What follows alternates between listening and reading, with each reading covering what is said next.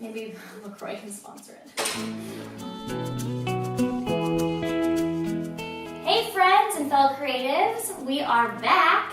This Tip Tuesday is all about the crazy mother-in-laws, and we know they exist, and I hope you brides kind of semi-understand this little situation, but I've come across a lot of overbearing, they mean well, but just overbearing, kind of hypersensitive mother-in-laws that just feel like they need to be a part of every move in terms of the planning and design process. And we get it, weddings are very stressful, and there's a lot of emotions that fall into place, and so sometimes it's easy to kind of let your mother-in-law kind of take charge and take on the planning, but really the day's about you. It's about you and your fiance, and it should only be about you two. So today I really wanted to share with you kind of how to, in a nice way, let your mother-in-law know, look, hey, this is about me, and let me kind of take care of the planning design. Because I've come around a lot of brides who have felt like they couldn't speak up, and they couldn't really share their true feelings about what they want and what they need. And so I want you guys to know that you should feel empowered to let your future mother-in-law know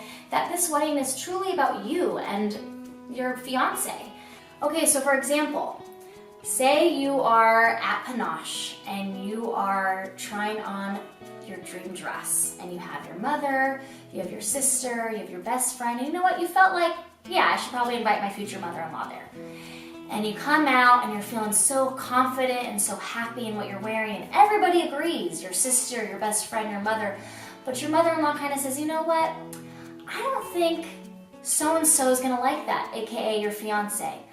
I don't think you should have that dress. I don't think you should show off that part of your body, okay? But say you really in that moment felt like you felt beautiful and you felt confident. This is your chance right now, before the planning even begins, because if it already started with the dress, trust me, it's gonna get worse. So this is when you need to kind of pump the brakes and let them know, hey, this is about me, it's about my day. So this would be a perfect example.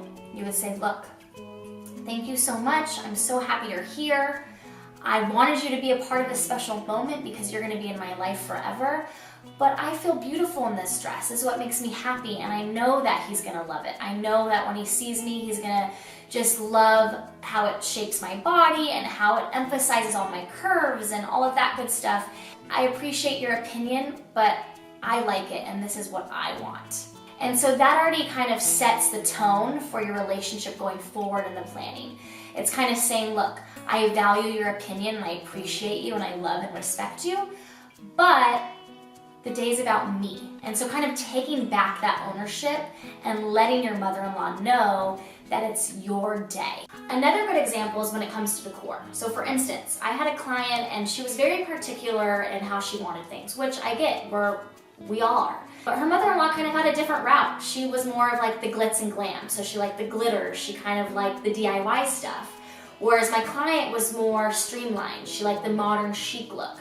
She wanted to go through rentals rather than kind of making her pieces. But because she was so concerned about hurting her mother-in-law's feelings, she kind of just let her mother-in-law do it. And when it came to her day of, she saw these glitter kind of DIY lanterns all throughout her wedding, and she was like, I don't want those there. What am I gonna do, Christina? Can you get rid of them? Like, I don't wanna see that. And I was like, well, what do you mean? Did you not say anything to your mom? And she said, no, I was scared. I don't wanna hurt her feelings.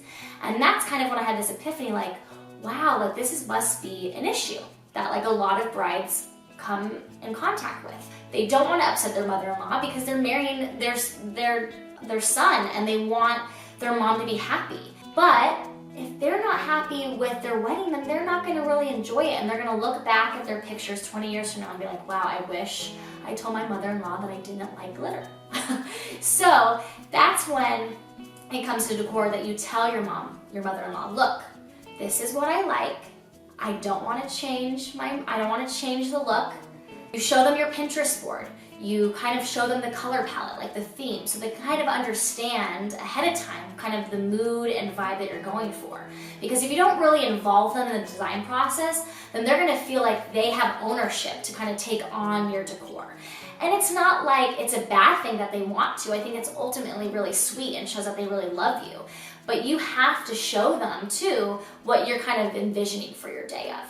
So if your mother-in-law wants to step in and feels like she wants to make DIY stuff for your wedding, kind of let her know, okay, well, I don't like glitter.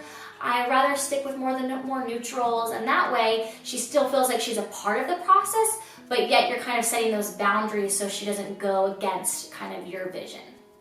Ultimately, you can have your dream wedding and you can have your dream relationship with your mother-in-law. It's just about expressing your true, honest feelings about what you want and what you need. And you can make your dream wedding come to life. And so I hope that my tip today really allowed you to see the bigger picture here. And at the end of the day, it's about you and your fiance only, so remember that.